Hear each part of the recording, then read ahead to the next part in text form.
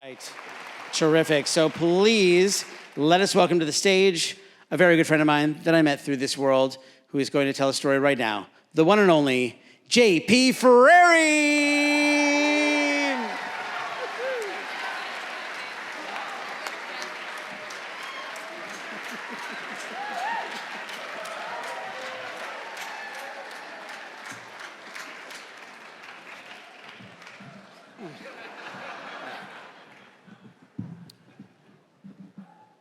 Don't start the timer. It's Regina Stoops' birthday tonight. Can we say happy birthday, Regina?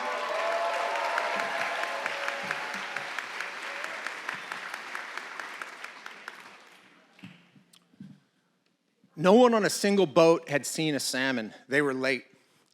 I'd gone to Alaska to work the fisheries to earn money for college, and I was living in this bunkhouse with a bunch of crusty old fishermen, and the salmon hadn't come.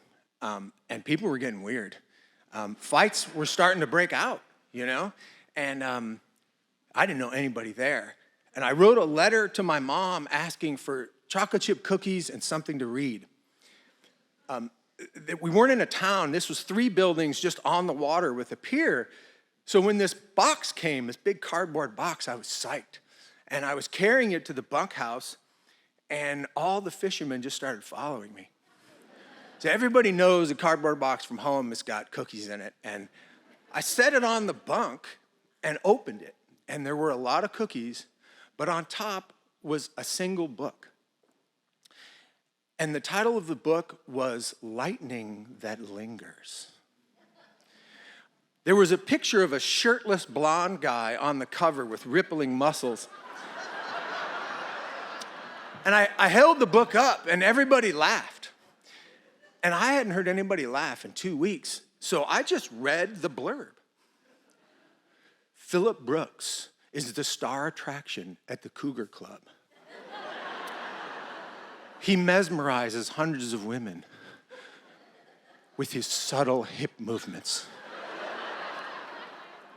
Now everybody is laughing, and they're eating my cookies, and I feel like the mood is lifting, But this one guy, we called him Big Ass Charlie. He was big. He's the biggest guy I've ever seen in my life, but he had the tiniest little ass.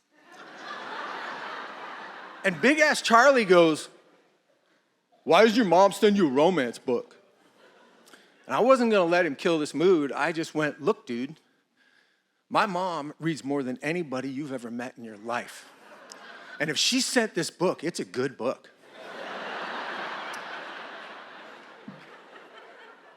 My mom lost her hearing as an adult, and she didn't get TV like you and I did. In the 80s, there wasn't closed captions, so my mom did read more books than anybody you've ever met. She read everything. She read the classics. She read good books, bad books. She read romance novels. And I made fun of that in high school once, and she just turned, went back to her room, and came back with Pride and Prejudice by Jane Austen. And she said, "Read this, and don't speak to me until you finish it." I took it to my room. I wasn't really going to read it, but 3 pages in, I was hooked.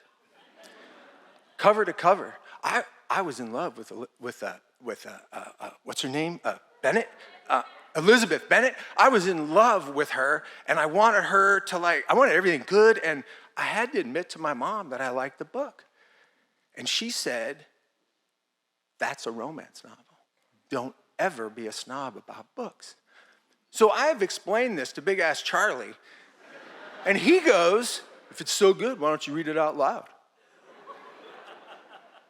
So I open to page 1 and I start reading. And there are a couple guys standing around at first, and they're looking a little surprised that I'm reading a romance novel, but they start laughing right away. Page 1 is funny. You see, this guy, he's a stripper for the Cougar Club, but he really wants to be a wildlife biologist and run a wildlife refuge.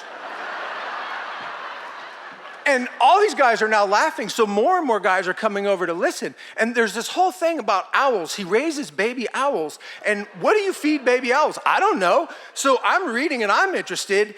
And pretty soon we meet Jennifer Hamilton, the virgin librarian.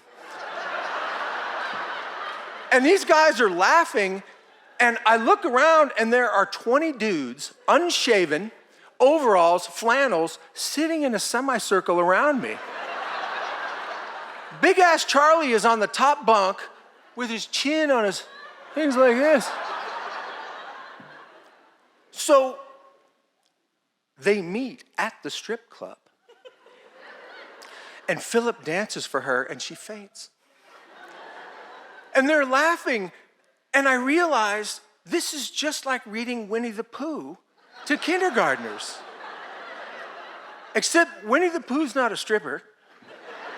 But you know, he doesn't wear pants.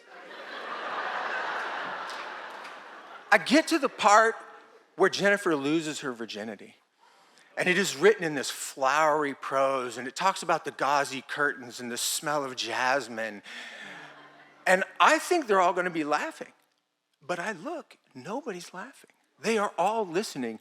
Big ass Charlie has his eyes closed.